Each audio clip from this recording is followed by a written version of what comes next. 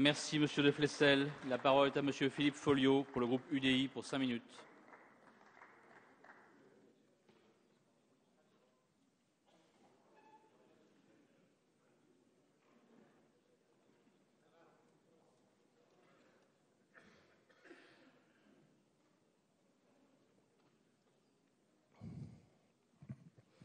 Monsieur le Président, Monsieur le Premier ministre, Messieurs les ministres, mes chers collègues. Depuis le 11 janvier 2013, la France est engagée au Mali dans le cadre de l'opération Serval à la demande pressante du gouvernement malien pour faire face à une attaque terroriste d'envergure.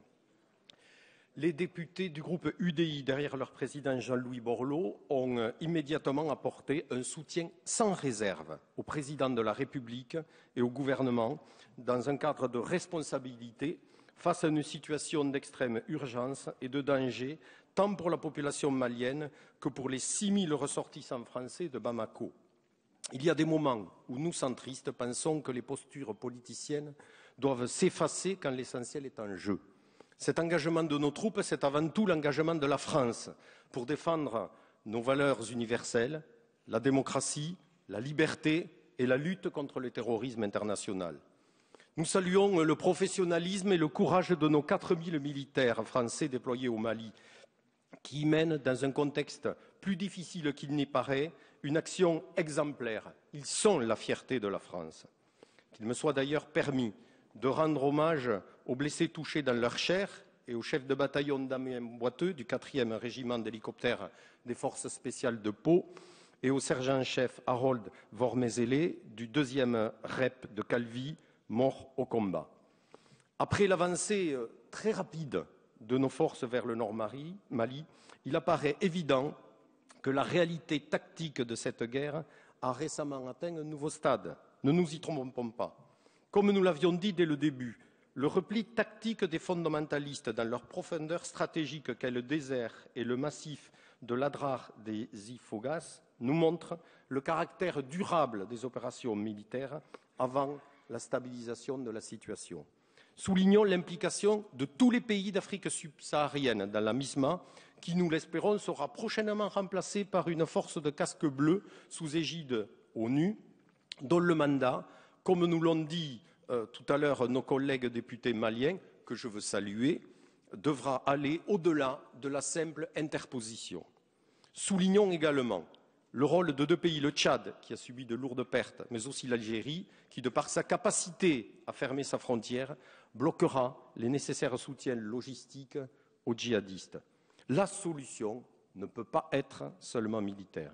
2 points centraux doivent désormais impérativement être résolus afin de mettre en place une sortie durable de crise.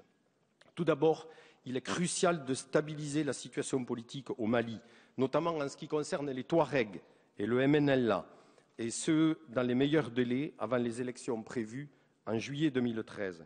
La fiction d'un État unique centralisateur dans un aussi vaste et divers pays que le Mali doit être abordée. Sans remettre en cause l'intégrité territoriale du Mali, une réflexion ne pourrait-elle pas être envisagée sur une éventuelle confédération afin de trouver une solution durable à ces conflits ancestraux? D'autre part, il nous faut concentrer nos efforts sur le développement du Mali et au-delà de l'Afrique tout entière. Nous voyons bien que l'opération dans laquelle la France est engagée ne concerne pas strictement le Mali. Toute une partie de l'Afrique est déstabilisée par les trafics de drogue et autres, mais aussi par cette guerre djihadiste. Au-delà du Mali et du Nord-Mali, c'est tout l'arc sahélien et méditerranéen, s'étendant jusqu'à l'Afrique centrale qui est concernée. Nous sommes face à un sujet panafricain qui nécessite une réponse pan-européenne internationale. La France ne pourra pas seule relever ce défi. Il est grand temps d'organiser une conférence internationale et de mobiliser politiquement, plus qu'il ne l'est, l'Europe. Car pour le groupe UDI, rien ne sera durable sans une politique à long terme pour l'Afrique. Ce gigantesque continent, notre voisin de bientôt 2 milliards d'habitants, mérite une stratégie globale dépassant les plans d'aide que nous lui accordons ponctuellement jusqu'à aujourd'hui. Nous le savons, l'Afrique est notre grand danger comme notre plus grande chance. Le danger est devant nos yeux lorsque nous nous engageons au Mali pour mettre un terme à l'agression de terroristes djihadistes menaçant de détruire ce pays et de faire basculer toute une région entière dans le fanatisme.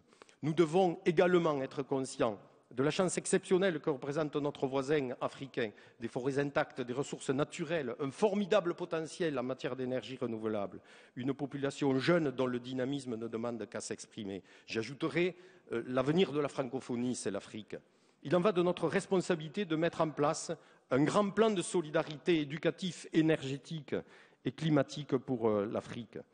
La sécurisation de l'Europe passe par la sécurisation de l'Afrique tout entière. Notre futur dépend également de son développement. Pour le groupe UDI, le développement durable du Mali est la condition sine qua non de son relèvement. En conclusion, je rappellerai l'auteur de la célèbre phrase qui a dit « En Afrique, un vieillard qui meurt, c'est une bibliothèque qui brûle », le grand écrivain historien malien Amadou Hampâté-Bâ, qui a écrit cette phrase qui trouve ici tout son sens. Croire que sa race ou sa religion est seule détentrice de vérité est une erreur. Puissions-nous tous ensemble œuvrer pour l'éducation, la démocratie, la culture et méditer de tels propos définitivement condamnant les djihadistes et justifiant notre aide et cette intervention. Je vous remercie.